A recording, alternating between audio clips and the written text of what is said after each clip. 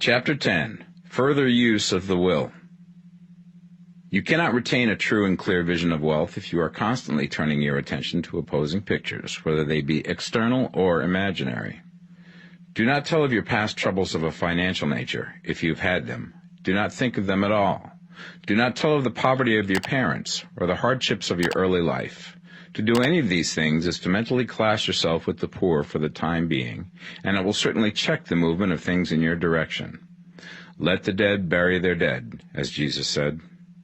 Put poverty and all things that pertain to poverty completely behind you. You have accepted a certain theory of the universe as being correct, and are resting all your hopes of happiness on its being correct. And what can you gain by giving heed to conflicting theories?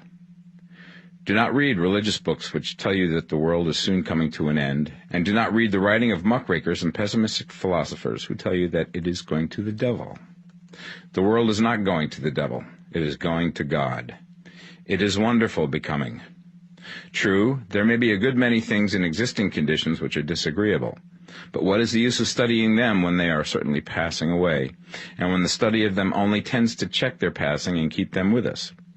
Why give time and attention to things which are being removed by evolutionary growth, when you can hasten their removal only by promoting the evolutionary growth as far as your part of it goes?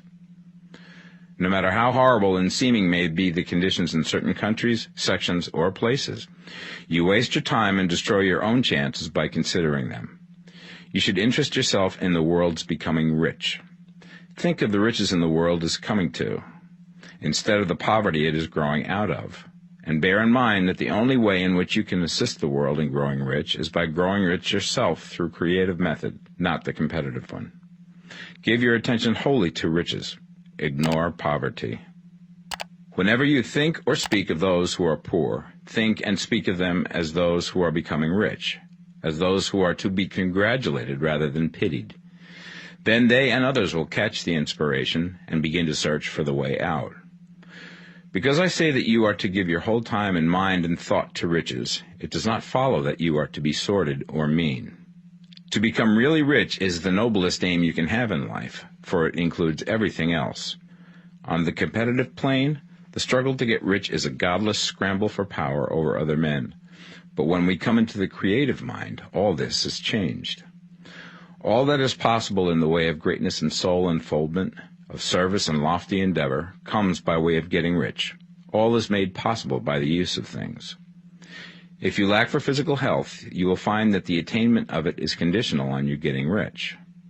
Only those who are emancipated from financial worry and who have the means to live a carefree existence and follow hygienic practices can have and retain health. Moral and spiritual greatness is possible only to those who are above the competitive battle for existence. And only those who are becoming rich on the plane of creative thought are free from the degrading influences of competition. If your heart is set on domestic happiness, remember that love flourishes best when there is refinement, a high level of thought, and freedom from corrupting influences. And these are to be found only where riches are attained by the exercise of creative thought, without strife or rivalry. You can aim at nothing so great or noble, I repeat, as to become rich, and you must fix your attention upon your mental picture of riches, to the exclusion of all that may tend to dim or obscure the vision. You must learn to see the underlying truth in all things. You must see beneath all seemingly wrong conditions the great one life, ever moving forward towards fuller expression and more complete happiness. It is the truth that there is no such thing as poverty, that there is only wealth. Some people remain in poverty because they are ignorant of the fact that there is wealth for them, and these can best be taught by showing them the way to affluence in your own person and practice. Others are poor because, while they feel that there is a way out, they are too intellectually indolent to put forth the mental effort necessary to find that way and by travel it. Others still are poor because, while they have some notion of science, they have become so swamped and lost in the maze of metaphysical and occult theories that they do not know which road to take. They try a mixture of many systems and fail in all. For these, again, the very best thing to do is to show the right way in your own person and practice. An ounce of doing things is worth a pound of theorizing.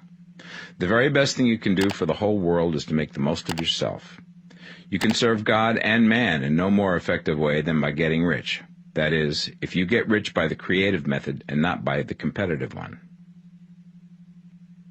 Another thing. We assert that this book gives in detail the principles of the science of getting rich. And if that is true, you do not need to read any other book upon the subject. This may sound narrow and egotistical, but consider. There is no more scientific method of computation in mathematics than by addition, subtraction, multiplication, and division. No other method is possible. There can be but one shortest distance between 2 points. There is only one way to think scientifically, and that is to think in the way that leads by the most direct and simple route to the goal.